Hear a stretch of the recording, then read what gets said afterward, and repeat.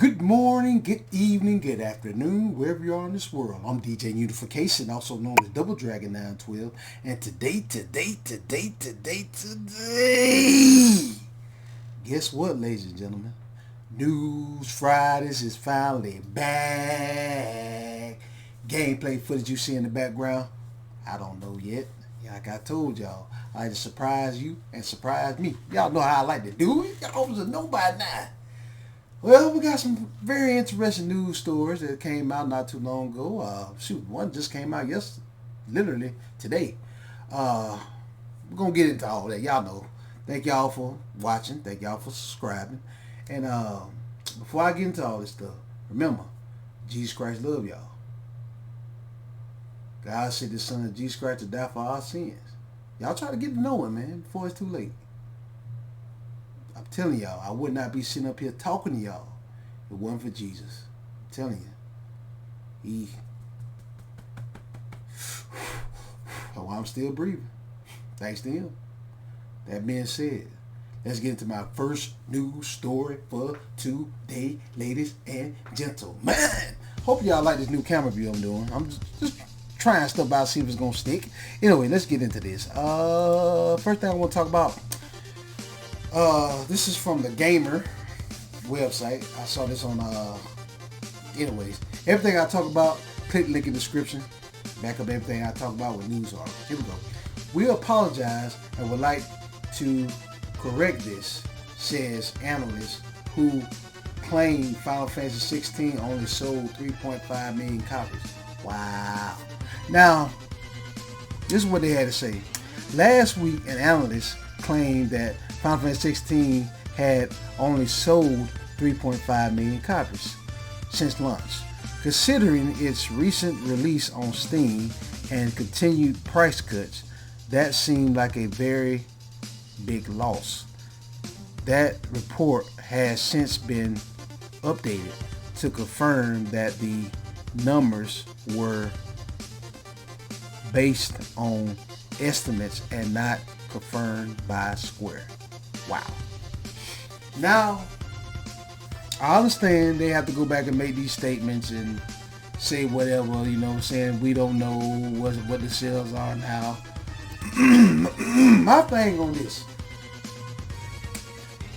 most of the time, when a company is a game selling good, listen to me now. When a game is selling good, the first thing a company gonna do is like, oh, we sold such and such million copies, blah blah blah. We sold this, we sold that. If a game is selling good, a company, if you say you're a video game developer, you're a publisher, and your game is selling like hotcake, first thing you gonna do is brag about how good your game is. You can't help it. You ain't gonna be quiet about no sales. The fact that Square Enix hasn't really been saying nothing about Devil May Cry 16 or Final Fantasy Re-Garbage, it lets you know right there that them games ain't sold like they're supposed to. If they had did these games right, they had did them right like they're supposed to, they would have sold a lot better. I think Square Enix came out and said, because I've been following them in the gaming streets, what Square Enix said? They said it sold okay and didn't sell up to our expectations. I know a lot of people like, well, Square Enix got some big expectations. Of course they do. That's one of their number one sellers. When you think about RPGs, we used to think about RPGs, I don't know about now. When you think about RPGs, you thought about Square Enix. They used to be when it came to RPGs, it was synonymous, I probably destroyed that word, but y'all know what I mean, with RPGs. Nowadays, Final Fantasy ain't what it used to be. Final Fantasy 16, or should I say Devil May Cry 16, that ain't even no Final Fantasy game. They just made Devil May Cry and slapped the name Final Fantasy on it. I saw that game. I sat there and watched one of my friends play it all the way through. I saw it. I was like, okay, this is Devil May Cry. And then you literally could play with one character in the game. I've been playing Final Fantasy for a long time. I know a lot more people out there that have been playing Final Fantasy a lot longer than I have. I started at 7. I played 7, 8, I haven't played 9 yet. 10, 12, 13. Played all those. in every Final Fantasy game, you get to play with more than just one character. For some reason, they just axed all that and said, no, we're going to make it like Devil May Cry. So, okay, y'all can have that.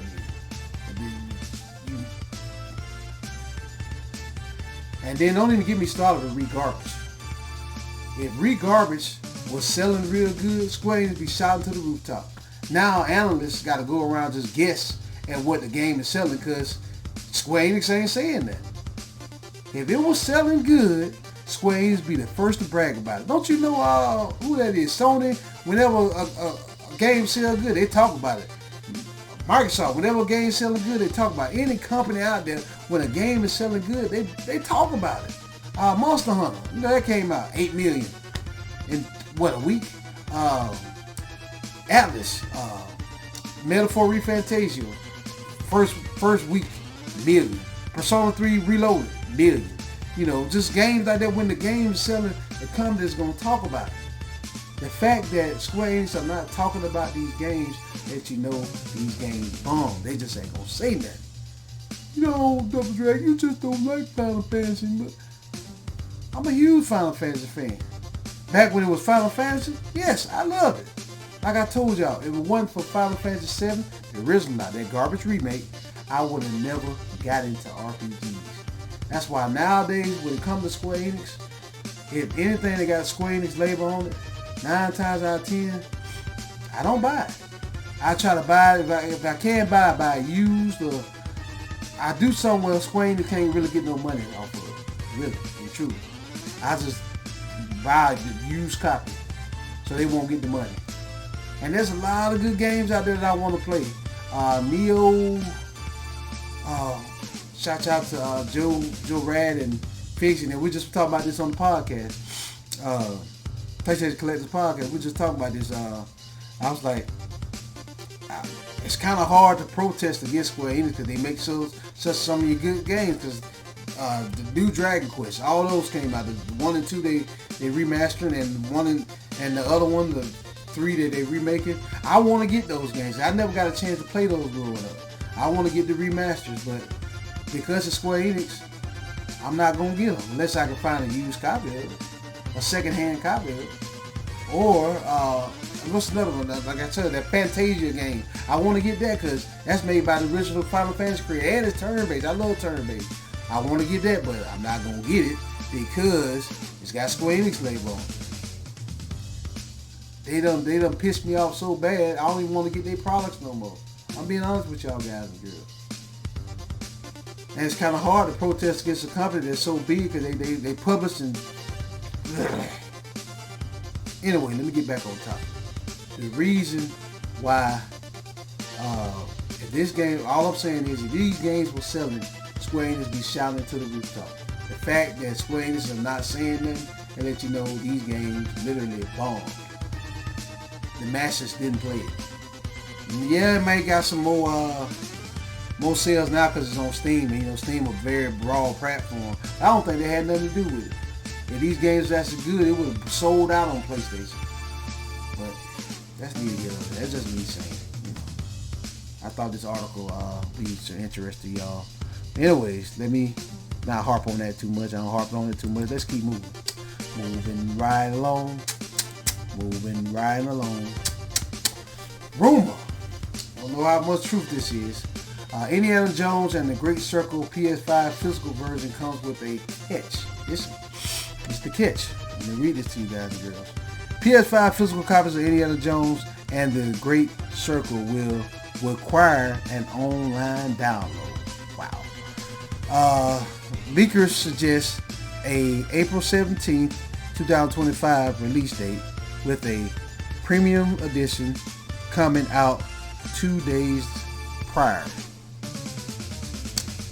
Unclear if an internet connection will be required after initial download or the update size. Wow. Now I know this got Microsoft written all over it. This is something they will pull out their tail. I know this Microsoft. They tried this craziness way back when they made the Xbox One. Man, you know, y'all was around back then. A lot of y'all gamers were. They tried to do that always online check-in, and the game was like,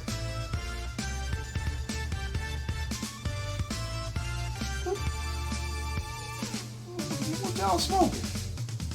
And they basically trying to do that again with this Indiana Jones thing.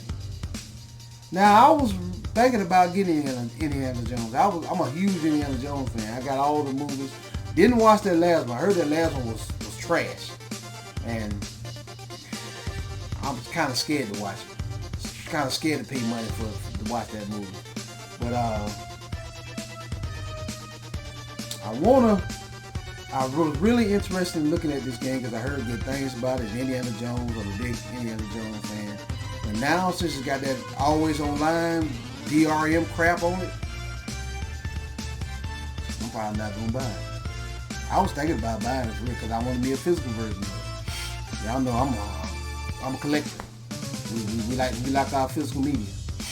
I really wanted a physical version of this game. But now, the rumor is it's going to be always online. I'm not going to get it. I'm not going to get it for real. Unless, you know, nowadays you got to wait. You got to wait stuff out.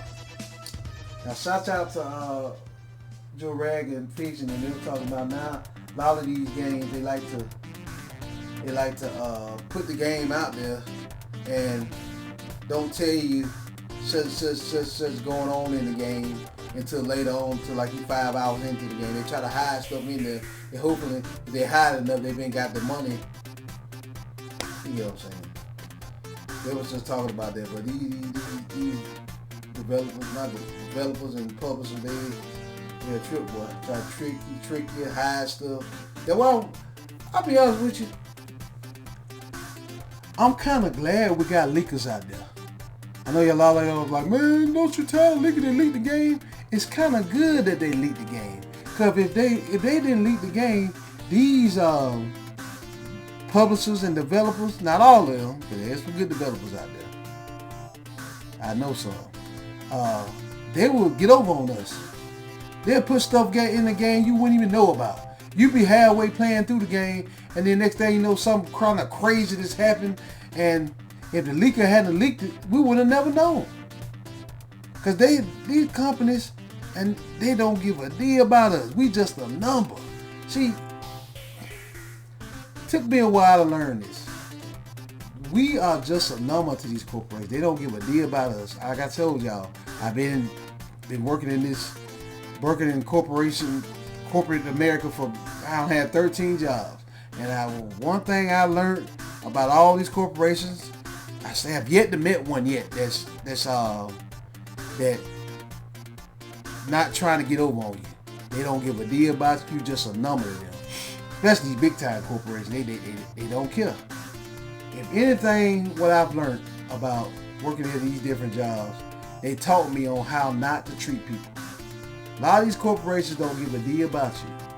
And they will try to pull one over on you as quick as they can. As quick as they can, they will try to pull one over on you. You wouldn't even know. That's why I'm glad we got leakers. Because leakers will tell you what's going on in the game before it come out. They're like, well, rumor has it that leaked such. And you listen to that leaker, and now someone be lying, but you got to do your fact check. But you listen to that leaker, and you find out what's going on in the game before you buy it, you save you some money.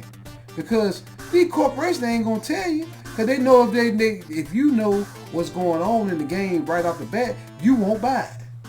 But there's a lot of games out there that you won't even know.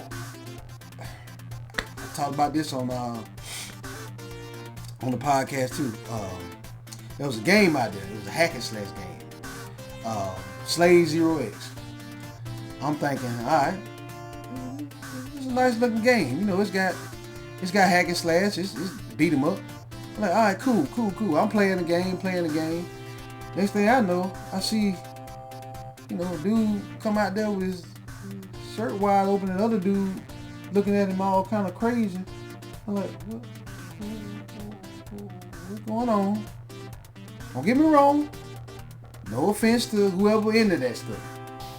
But me personally, I don't want to play nothing like that. I didn't know because nobody told me. All I kept seeing on this game, even when I looked up the reviews, I kept seeing hack and slash. On big beat 'em up hack and slash, man, that's me. I didn't know the story was about agendas. Let's just say that. I didn't know that was about that. I didn't find out until after I bought the game. You don't find out that's going on in the game until you halfway through, not halfway, you about, I say 2 or 3, close to an hour or 2 or 3 hours into the game, then you find out. It'd been nice if somebody had told me. If somebody had just told me, like, Double Dragon, you don't want to play that. I know you, I watch you, you don't want to play that game. Alright, cool, I'm gonna take your word for it. It's got such and such and such in it. That's why you need leakers. That's why you need true reviewers. Not there's a difference between an actual reviewer that's gonna tell you that real, and there's a difference between that corporate. He ain't a reviewer, just a corporate head. They just pay them enough money just to bring it out there. Alright, Double Dragon or whoever. You can review our game, but you gotta say all nice things about it. What good that's gonna help the game? Now I like somebody that's real with it. They're gonna tell it like it is. They're gonna tell you. That's why I try to be real with y'all, ladies and gentlemen. I don't try to sugarcoat stuff. I try to tell you stuff that I don't like. I tell you my opinion on it.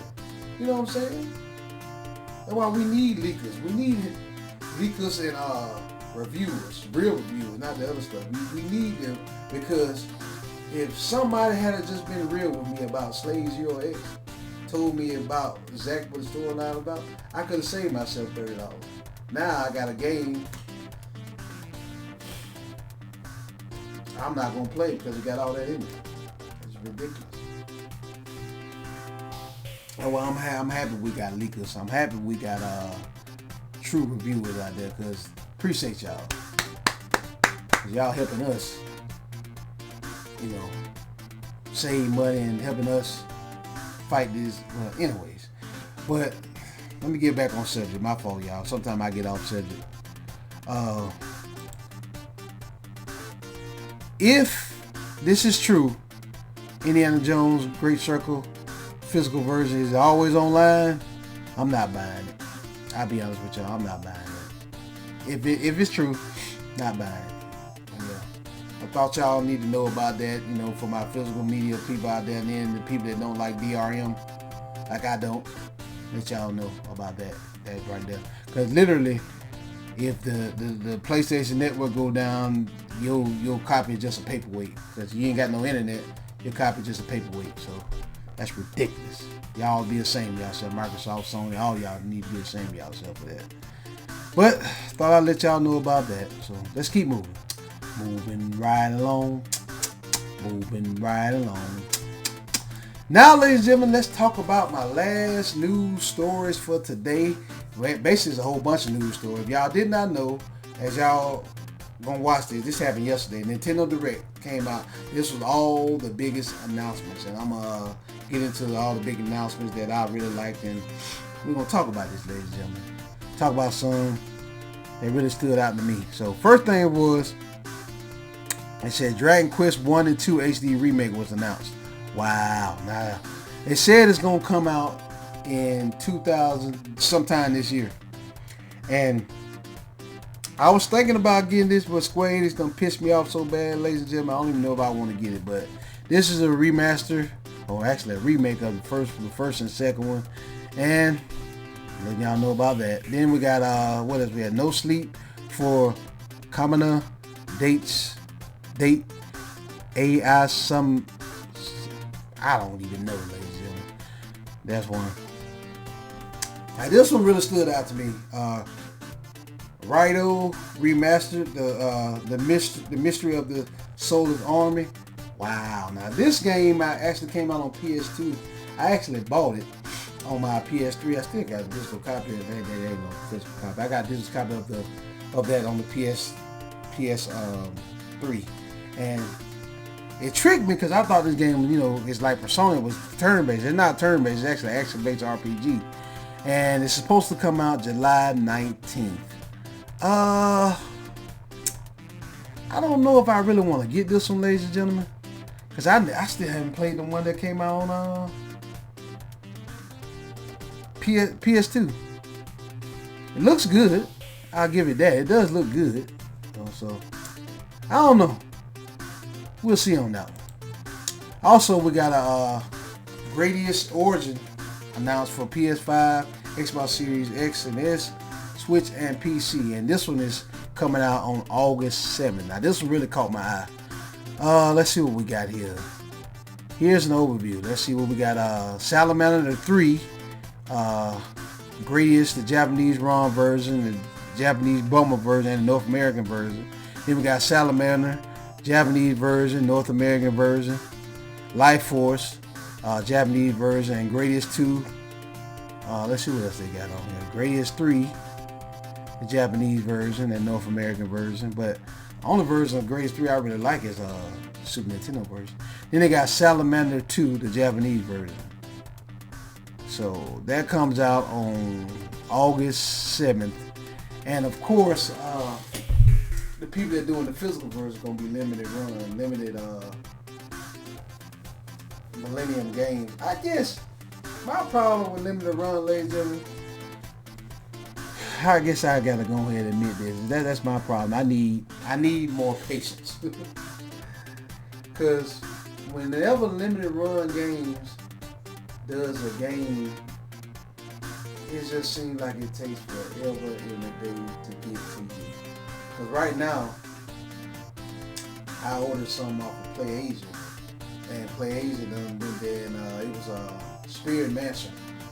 Y'all know it's a pretty decent type looking game. It's a Metroidvania two-player co-op, actually. Pretty decent.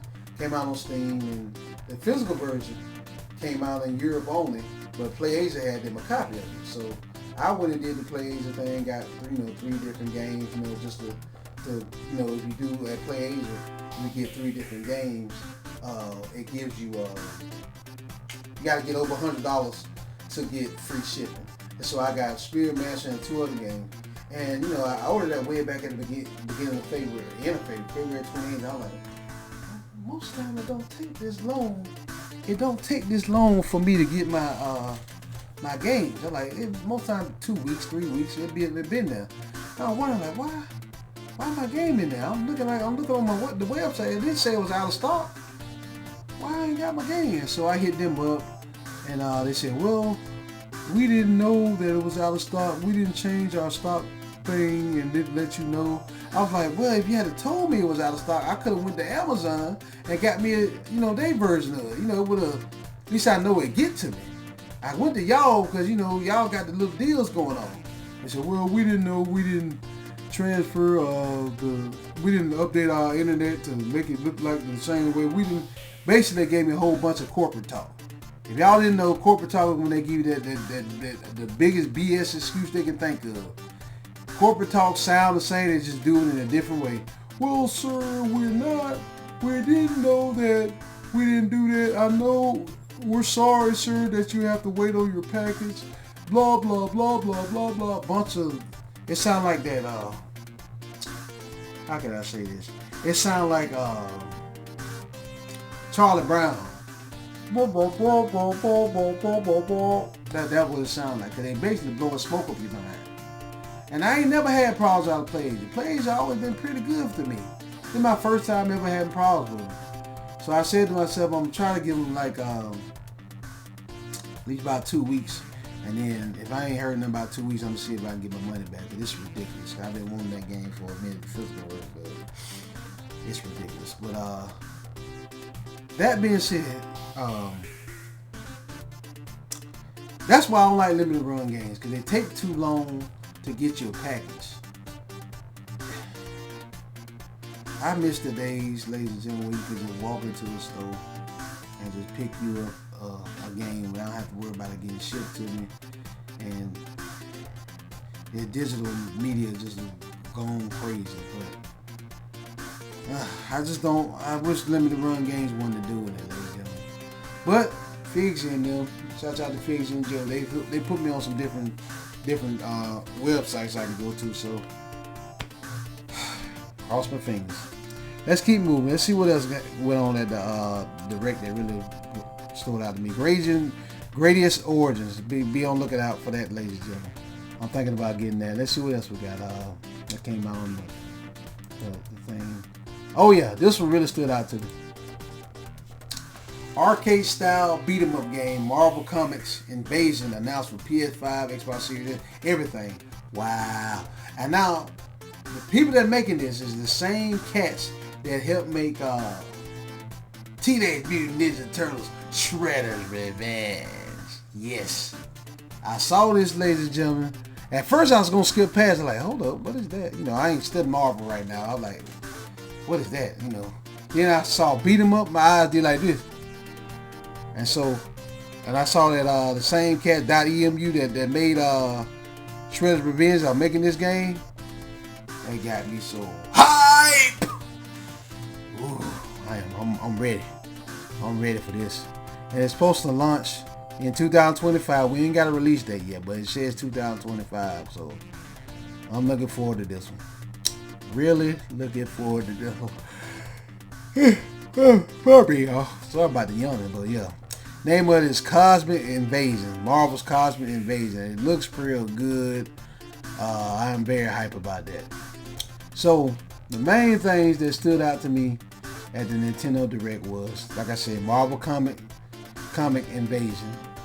Let's see what we got here. Greatest Origins, and what is that? Rondo Solar's Army. Really looking forward to that one.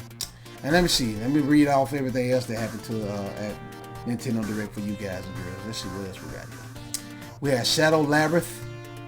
I don't know what that is. Then we had Metroid Prime 4 Beyond. That's finally finna come out sometime this year. I think that game was supposed to come out about 8, 9, 10 years ago. Then we got Patapon 1 and 2 Replay. That's coming out for the Switch and the PlayStation. Then we got Disney Villains Curse Cafe. Then we got Witch Brook. That's for you guys and girls. Then we got Eternal Life of Goldman. Greatest Origins. Then we had Rift of the Necro Dancer. Like a rhythm game. Then we got Tamagotchi Plaza. I remember having a Tamagotchi when I grew up. I remember that little thing we used to have back in the day. I remember that. Then we got Pokemon Legends Z through A. And then what else we got? Story of Seasons, Grand Bazar. Don't know about that. Oh, yes, I want to talk about this. This thing that stood out to me. Now we got Nintendo Switch virtual game cards. Here we go. Let's talk about this. I really wanted to talk about this. That's the main thing I want to talk about with the thing. Here we go. Nintendo solves digital game share in the weirdest way possible. Here we go. Let me see if I can read some of this guy to you guys and girls. Let's see. Starting in late April, all digital games you own or buy will become virtual game cards. These will be stored in a new menu screen on your Switch or Switch 2. Yeah. Nintendo says any registered user on the console can play that digital game. The real news is that these VGCs can be digitally ejected and digitally loaded into another Switch console and freely played on the second device.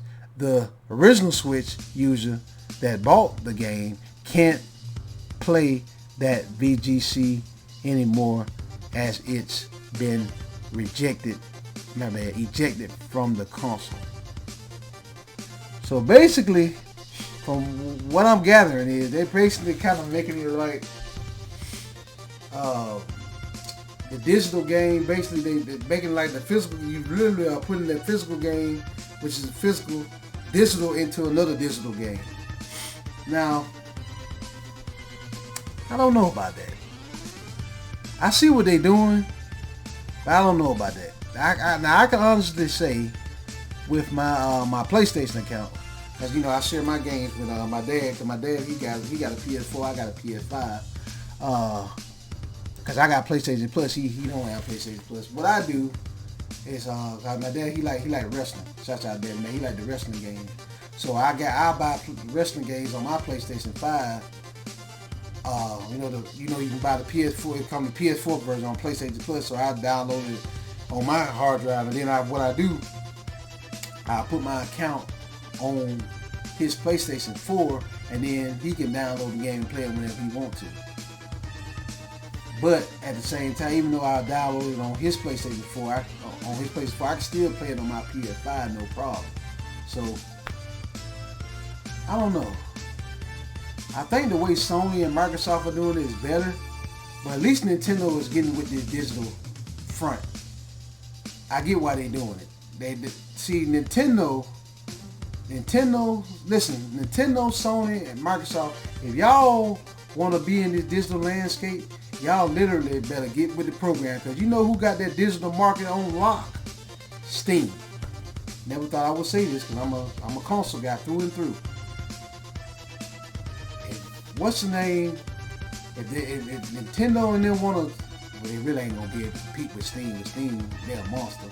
If they want to somewhat compete with Steam, which we do need competition, they need. That's good. Nintendo is doing this. They try to go full down on digital. Like, shout out to Joe Rad. I agree with him on this. He said he like what they're doing, but at the same time he don't like what they're doing. I get what he was saying, because the way he like it, because they actually give you options when it comes to digital media, which is good. But at the same time, by them going all in on digital, they are taking away from physical media. As being a collector as I am, a lot of you guys and girls out there are, it's kind of, what can I say? It's kind of taken away from physical media. And I don't like that. I do not like that. See, the fact that y'all don't realize when we have physical media, it keeps our consumer rights there. When it's digital, it's more likely that the corporation can do what they want to do and just get away with murder when it comes to our games. Physical media gives us an option where we can always hold on to our games, because they can't come to our house and just take our collection, and they can't go there and change it like they normally do in these physical things. Like we were talking about on the podcast, we were talking about like how, you know, some episodes that you got on your DVD sets, like I'll talk about Dragon Ball Z. Like some episodes you can watch that's on your DVD that's gonna stay on your DVD, but they can't go back and erase it. But then you watch it again. Nowadays on the streaming service, they'll take out something from the episode. You know, they'll alter it some type of way because it's digital. But when it's printed on that disc, they can't alter it. They can't mess with it. They can't take it from you. It's yours. It's yours to keep. It's mine. It's ownership. It's mine. That's why I always prefer physical media over digital media. Don't get me wrong. I ain't got no problem with digital media. I got all type of digital type games. Digital fiend. All I'm saying is keep physical media alive. But yeah, basically Nintendo is basically trying to do the same thing that Sony and Microsoft have already did, because they've been on that digital front for a while, where you can game share. But the thing is with Nintendo, from what I just read to you guys and girls, if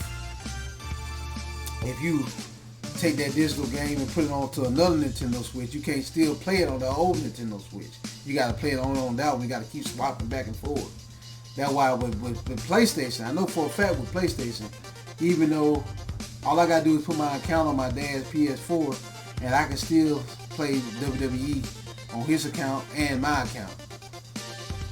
Correct me if I'm wrong down in the comments section. I'm pretty sure I can do that, because I don't share a lot of games that I have on my account I can share on his account. But we do that sometimes. But yeah, I wanted to talk about that. See what you guys and girls thought about that. But yeah, ladies and gentlemen, really and truly, that's all I had to talk about today. That about wraps up, ladies and gentlemen, for this rendition of News Fridays. Leave comments below, ladies and gentlemen. Tell what you guys and girls thought about the whole Nintendo Switch Direct. And was there any games that really stood out to you? To me, it was that Marvel beat 'em up. Thinking about getting that Atlas RPG that they remastered. Greatest Origins. And let's see, that's about it that really stood out to me. Y'all let me know down in the comment section what stood out to y'all. I really want to know about that. Tell what you guys and girls think about the guy, the gamer, talking about, so we apologize about the sales of Final Fantasy 16. Y'all think that game actually sold real good? Y'all think it bombed? Let me know about that down in the comment section. Tell what you guys girls think about what's the other one thing I talked about? I'm trying to remember. Indiana Jones being always online.